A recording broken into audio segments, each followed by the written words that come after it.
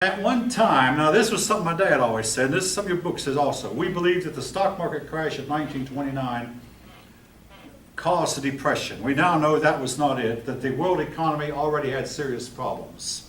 There was a serious gap between the rich and poor, with the poor being much too poor and the rich being richer than they needed to be, and they hear that from a man who believes that the rich should be allowed to become rich.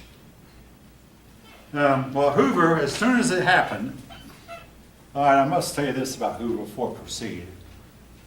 Hoover said, if any man is not a millionaire by the time he's 40, he's a failure. Well, I'm a failure many times over. I'm not a millionaire yet, and I'm almost 70. But keep in mind, I mean, for him it came easy. But anyway, but he also said as he was about to take off, said, I hope I don't do something that will bring a disgrace to my name while in office. He is blamed now. Today, historians do not blame him for causing the depression. We don't know what caused it. All right, what brought the stock market down? Okay, I'll tell you this. A man named Joseph P. Kennedy, whom I've already mentioned in connection with bootlegging. Joseph Kennedy got together with some of his buddies one day and they said, let's all go to the market on a certain day and sell our stock. It's called selling short. Let's sell it. And then when this will force the price down, and then tomorrow we'll go in and buy it back at a lower price. So now today, it's all controlled by the internet, but there was no internet then. So they all went to their brokers. They sold all their stock at a high price. They bought the price of the stock down, but they bought it down lower than they expected to. They bought it to crash. When they did, they went back the next day and quietly bought their stock back. As for the stock market itself, it recovered by 1932. It crashed 1929, 1930 was down, 31 by 1932 it had gotten back its old value. The depression was far from over. So it was not the stock market alone. Well,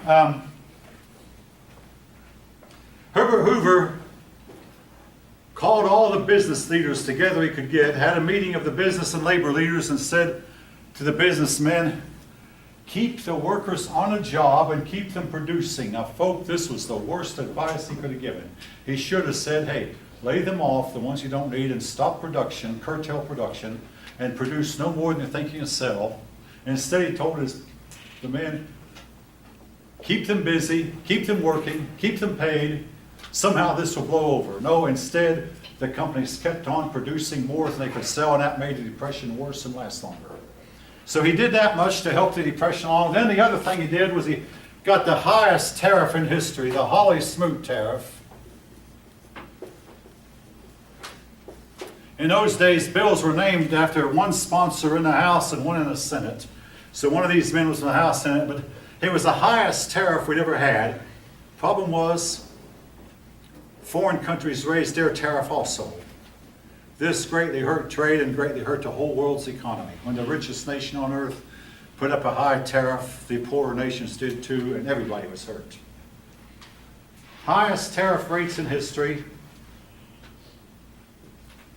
The depression worsened. Herbert Hoover practiced what you call trickle-down economics, trickle-down, which in this case did not work.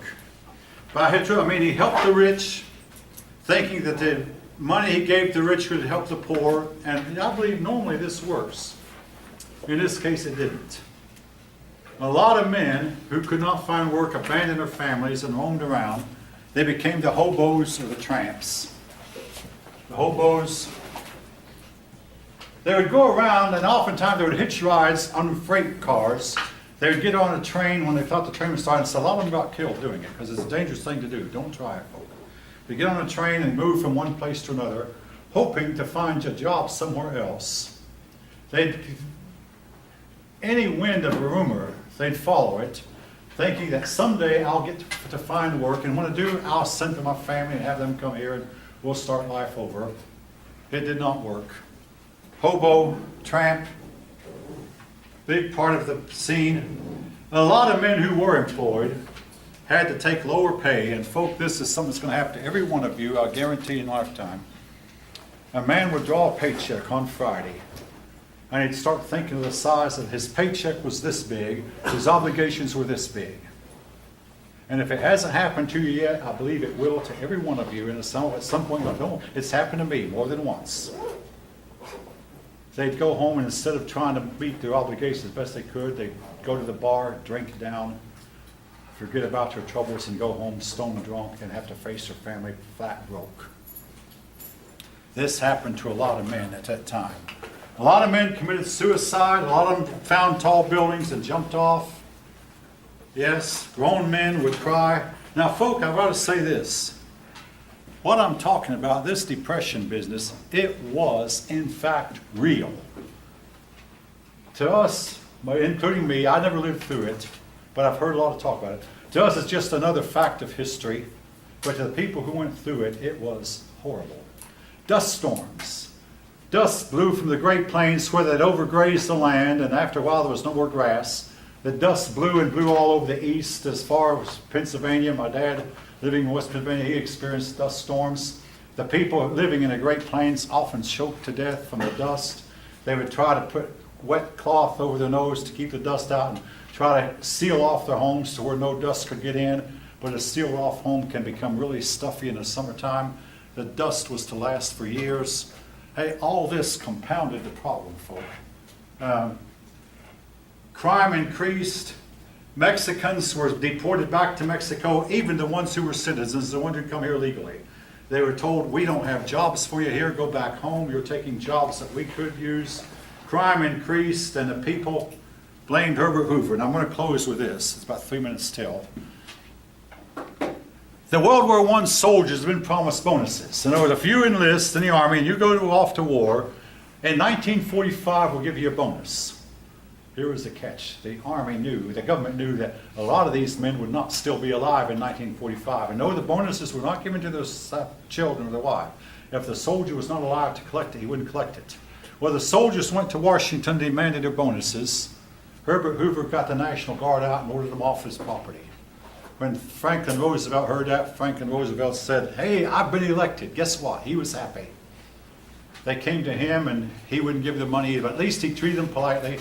His wife went out with some Kool-Aid and some sandwiches and gave them to the men. Roosevelt listened to him politely and didn't give the bonuses. But finally, the soldiers got their bonus. An act of Congress did it over the president's veto. But that's for the next chapter. All right, folks, have a good week, and I will see you, hopefully all of you, next Saturday.